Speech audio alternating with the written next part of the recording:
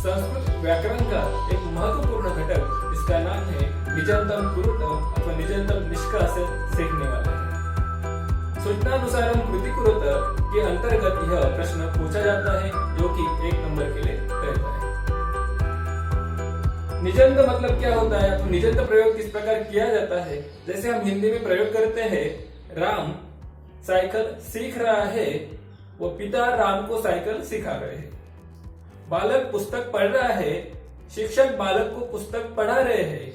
बालक दूध पी रहा है, माता बालक को दूध पिला रही है। ऐसे ही कुछ सेंटेंस को हम संस्कृत में इस टॉपिक के अंतर्गत सीखने वाले हैं। तो चलिए शुरुआत करते हैं। सबसे पहले सेंटेंस देखिए, बालकः पठति। तो बालकः पठति मतलब बालक पढ़ रहा है। तो ब्रैकेट में शिक्षक शब्द दिया है, तो आपको इसी प्रकार से सेंटेंस रहेंगे। एक तो इस प्रकार से सेंटेंस रहेंगे अथवा सेकंड इस प्रकार से रहेंगे। मतलब ब्रैकेट में शब्द दिया है और बालकः पठति ऐसा सेंटेंस रहेगा, तो आपको निजंत करना है, मतलब निजंतम कुरुत।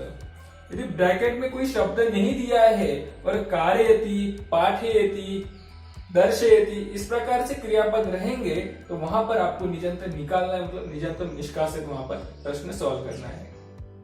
सबसे पहले सेंटेंस देखते हैं, बालकः पठति। इसमें ब्रैकेट में शिक्षक शब्द दिया है, तो यहाँ पर हमें सेंटेंस बनाना है, शिक्षक बालक से पढ़वा रहे हैं अथवा शिक्षक बालक को पढ़ा रहे हैं। तो शिक्षक कहा जो शब्द है वहां पर सबसे पहले हम लिखेंगे शिक्षक कहा। एक वचन में प्रथमा विभक्ति का जहां पर एक वचन होगा तो एक वचन लिखना है, बहुवचन होगा तो बहुवचन, द्विवचन होगा तो द्विवचन।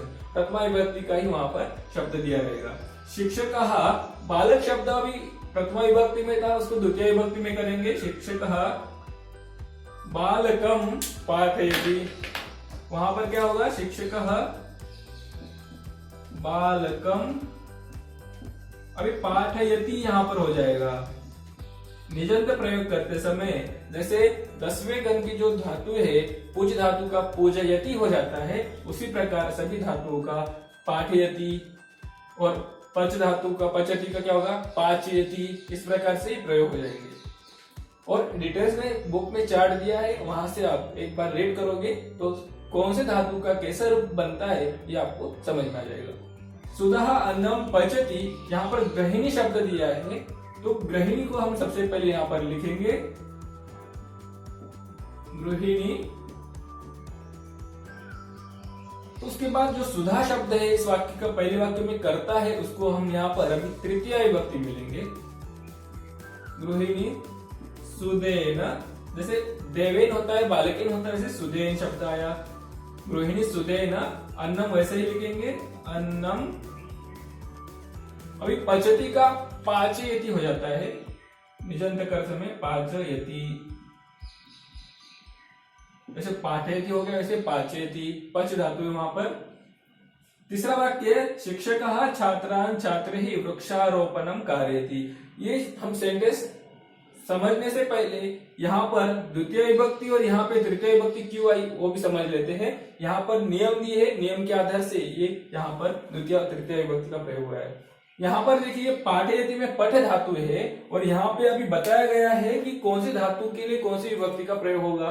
जैसे पठ धातु कहाँ पर है, तो यहाँ पर है, मतलब गत्यार्थक, ज्ञान, अध्ययनात्मक, सेवनात्मक, शब्द कर्मात्मक धातु यदि होंगे तो वहां पे द्वितीय विभक्ति होगी, और अकर्मक धातु होंगे जैसे पद, हस, वहां पर भी द्वितीय विभक्ति होगी। और सकर्मक धातु जैसे लिख, दा, यक्ष, रक्ष, वहां पर तृतीय विभक्ति होगी। णी, नय, वह, खाद ऐसी धातु होंगी, उसमें भी तृतीय विभक्ति होगी। क्री धातु है, भी धातु है, उसमें द्वितीय विभक्ति अथवा तृतीय, दोनों में से कोई भी कर सकते, वो ऑप्शन के लिए आपको रहेगा। दृश्य धातु में द्वितीय विभक्ति हो सकती है अथवा चतुर्थी, दोनों में से कोई भी हो सकती है, तो वहां पर ये भी ऑप्शन के लिए आप ध्यान रख सकते हैं। तो यहाँ पर पठ धातु जो है वो द्वितीय विभक्ति में है, इसलिए पहले वाक्य में जो करता है उसको जब निजंत के वाक्य में हम प्रयोग करेंगे तब उसको द्वितीय विभक्ति में प्रयोग किया हमने, मतलब बालकः का बालकम वहां पर द्वितीय विभक्ति में प्रयोग हुआ है। ये आपको थोड़ा सा देख लेना है कि कौन सी धातु कौन सी विभक्ति के लिए प्रयोग की गई है। यहाँ पर सुधा अन्नम पचति और यहाँ पच धातु है, पच धातु कहाँ पर आई है, तो यहाँ पर आइए, तो यहाँ पर सकर्मक धातु के लिए हमें तृतीय विभक्ति का प्रयोग करना है। इसमें पहले वाक्य में जो कर्ता है उसको यहाँ पर प्रयोग करते समय उसमें तृतीय विभक्ति का प्रयोग किया है। तो गृहिणी सुदेन, जैसे देवेन बालेन होता है बालकेन, वैसे ही सुदेन शब्द तृतीय विभक्ति एक वचन में प्रयोग हुआ है। तो यहाँ पर भी अभी कार्यति प्रयोग हुआ है, तो इसमें कौन सी धातु है, तो क्री धातु है। तो अभी यहाँ पर द्वितीय और तृतीय का प्रयोग वहां पर किया होना चाहिए, क्योंकि निजंत किया है ऑलरेडी होगा ही। तो यहाँ पर छात्रान, जैसे देवान होता है बालकान होता है, मतलब द्वितीय विभक्ति बहुवचन का रूप है, वहां द्वितीय विभक्ति है। वहां पर छात्रे ही तृतीय विभक्ति बहुवचन है, तो देव ही होता है, वैसे तृतीय विभक्ति हुई है, क्योंकि कार्यति द्वितीय और तृतीय विभक्ति के लिए प्रयोग किया जाता है। उसके बाद कौशल्याम रामम रामाय चंद्रम दर्शयति, तो दर्शयति धातु है, दर्श धातु है इसमें। इधर रामम द्वितीय विभक्ति और रामाय चतुर्थी विभक्ति आई है, तो यहाँ पर दृश्य धातु जो है उसमें द्वितीय और चतुर्थी होनी चाहिए, ऐसा नियम बताता है। निजंतम कुरुत इस घटक को सीखते समय। तो इसी प्रकार से अभी निजंत किए हुए वाक्य है, इसको निकालना है, निष्कासित करना है। तो किस प्रकार होंगे, शिक्षका छात्रान छात्रे वृक्षारोपणम कारयति। इस प्रकार के सेंटेंस यदि सॉल्व करना है तो सबसे पहले जो कर्ता लिया गया है उसको क्या करना है, हटा देना है, क्योंकि यहाँ पर हमने ऐड किया था, वैसे यहाँ पर ये शब्द ऐड किया है, इसको हमें निकालना है। तो क्या हो जाएगा, छात्रान अथवा छात्र ही इन शब्दों के प्रथमा विभक्ति के, अब यहाँ पर बहुवचन है तो बहुवचन में प्रयोग होगा। तो यहाँ पर प्रयोग होगा छात्राः, जैसे बालकः देवः होता है, वैसे प्रथमा विभक्ति बहुवचन छात्राः, छात्रः छात्रौ छात्राः प्रयोग हुआ। उसके बाद वृक्षारोपणम सेम वैसे ही लिखेंगे, छात्रः वृक्षारोपणम। अभी कार्यति यहाँ पर ती प्रत्यय एक वचन का है, क्योंकि शिक्षक एक वचन में था, लेकिन अभी छात्र बहुवचन है, इसलिए कर्ता के अनुसार हमें क्रियापद बहुवचन में लेना है। तो क्री धातु का लट लकार बहुवचन प्रथम पुरुष बहुवचन का रूप होगा कुर्वन्ति।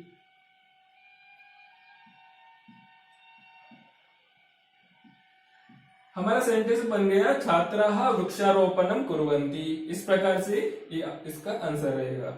उसके बाद कौशल्याम रामम रामाय चंद्रम दर्शयति। अब यहाँ पर दर्शयति था, इसलिए द्वितीय और चतुर्थी विभक्ति आई। तो रामम और रामाय एक वचन की ही है, पहला शब्द क्या करना है, हमें हटा देना है, तो हमने इसको हटा दिया।